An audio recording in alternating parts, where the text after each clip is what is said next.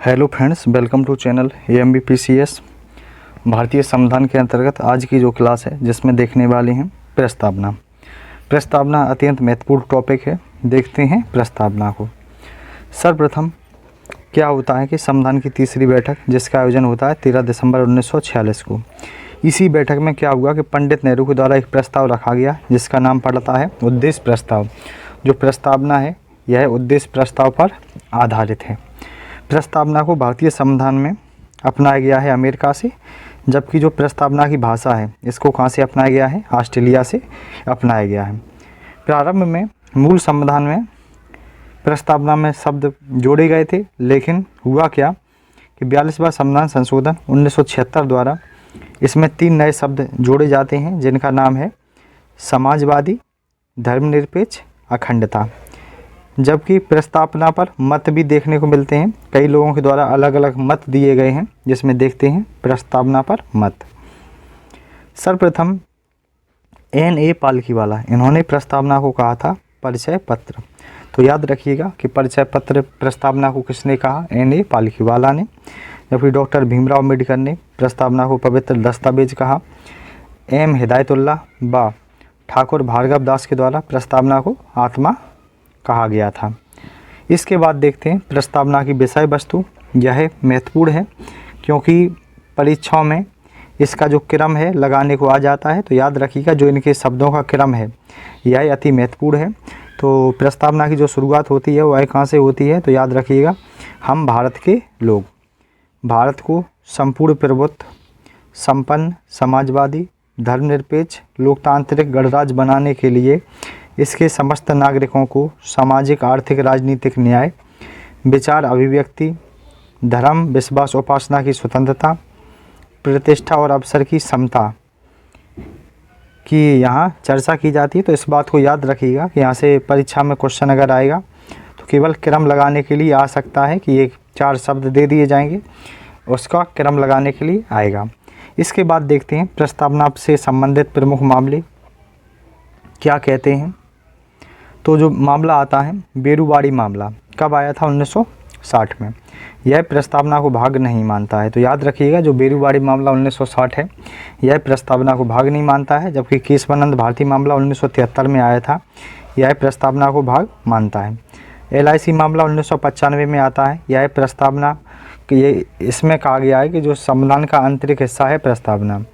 तो पूछा जाएगा कि आंतरिक हिस्सा है प्रस्तावना, यह किस मामले में कहा गया? तो LIC मामला 1995 में। इसके बाद देखते हैं जो शब्द प्रस्तावना में दिए गए हैं उनका क्या अर्थ होता है, तो उसको देखते हैं। तो संप्रभुता का अर्थ क्या होता है? तो भारत ना तो किसी अन्य देश पर निर्भर है, ना ही किसी अन्य देश का डोमिनियल है। हम ये कह सकते हैं कि जो भारत है वह अपने आप में स्वतंत्र है, इसके ऊपर कोई और शक्ति नहीं है। यह अपने फैसले भी स्वयं ले सकता है और अपने मामलों का निस्तारण भी स्वयं कर सकता है। इसी को कहा जाता है संप्रभुता। जबकि नेक्स्ट शब्द देखते हैं जिसका नाम है समाजवादी। यह मूल संविधान में नहीं था, लेकिन 42वां संविधान संशोधन 1976 द्वारा इसे भारतीय संविधान में जोड़ा गया। समाजवादी का अर्थ क्या होता है? तो गरीबी, उपेक्षा, बीमारी, अवसर की असमानता है, इसको समाप्त करना है। यही क्या होता है? समाजवादी।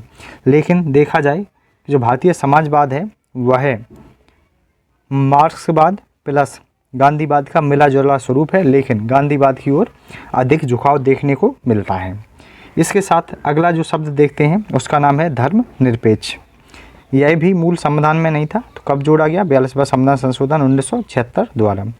धर्मनिरपेक्ष राज्य शब्द है, संविधान में उल्लेख नहीं किया गया है, मतलब इसका अर्थ जो है वह स्पष्ट नहीं किया गया है। जबकि फंडामेंटल राइट्स को देखा जाए, इनके मूल अधिकार को देखा जाए, तो उसमें जो आर्टिकल 25 से 28 हैं धर्मनिरपेक्षता को बढ़ाने के लिए ही ऐड किए गए हैं। इसके बाद देखते हैं अगला शब्द जिसका नाम है लोकतांत्रिक। तो लोकतांत्रिक का मतलब क्या होता है? तो सर्वप्रथम याद रखिएगा यह 2 प्रकार का होता है। एक होता है प्रत्यक्ष लोकतंत्र। इसका मतलब क्या है? तो लोकतंत्र में लोग अपनी शक्ति का इस्तेमाल कर प्रत्यक्ष रूप से करते हैं। यानी कि हम ये कह सकते हैं कि इनकी जिसमें 18 वर्ष की आयु का जो व्यक्ति है वह वोट देता है, तो वही क्या है? प्रत्यक्ष लोकतंत्र है।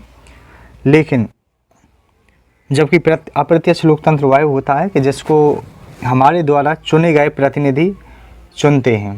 तो वह क्या है कि जैसे मानिए कि इनकी कि 18 वर्ष की आयु का व्यक्ति है, सांसद विधायक को चुन सकता है, सांसद विधायक को चुन सकता है, लेकिन राष्ट्रपति को नहीं चुन सकता है, क्योंकि राष्ट्रपति का जो निर्वाचन है वह अप्रत्यक्ष रूप से किया जाता है। इस बात को याद रखिएगा। तो प्रत्यक्ष लोकतंत्र के कितने औजार हैं? 4 औजार हैं। परिप्रेक्षा है, पहल है, प्रत्यावर्तन, जनमत संग्रह। तो अप्रत्यक्ष लोकतंत्र क्या होता है? लोगों के द्वारा जो चुने गए प्रतिनिधि हैं वह सर्वोच्च शक्ति का इस्तेमाल करते हैं। इसके साथ गणतंत्र को देखा जाए तो गणतंत्र 2 प्रकार का होता है। इनकी एक राजशाही है। राजशाही का मतलब होता है कि जिसमें राजा का जो बेटा है वही राजा बनता है, उसको हम क्या कहते हैं? राजशाही।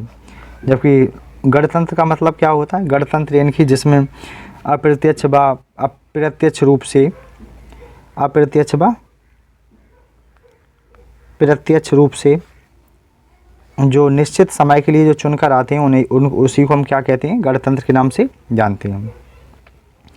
न्याय को देखा जाए तो न्याय भी 3 भागों में बांटा गया है। सामाजिक न्याय, आर्थिक न्याय, राजनीतिक न्याय। सामाजिक, आर्थिक, राजनीतिक न्याय।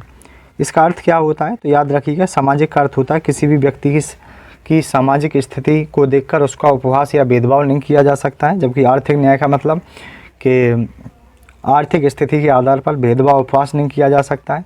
राजनीतिक का मतलब होता है कोई भी सरकारी संस्थान है, यहाँ पर किसी भी व्यक्ति की मनाही नहीं होगी। सरकारी संस्थान हो या अन्य जो संस्थान है जो पब्लिक पहले से, यहाँ पर मनाही नहीं होगी। इसी को यहाँ पर वर्णन किया गया है।